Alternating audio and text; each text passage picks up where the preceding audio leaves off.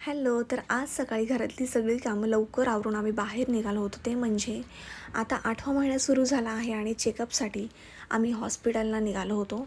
So finally आम्ही हॉस्पिटलमध्ये पोहोचलो आणि तिथे खूप उशीर झाला होता आम्हाला. हॉस्पिटलमध्ये खूप वेळ लागला. सो खूप भूक लागली होती सगळ्यांना. सो सगळ्यात पहिल्यांदा आम्ही हॉटेलमध्ये गेलो.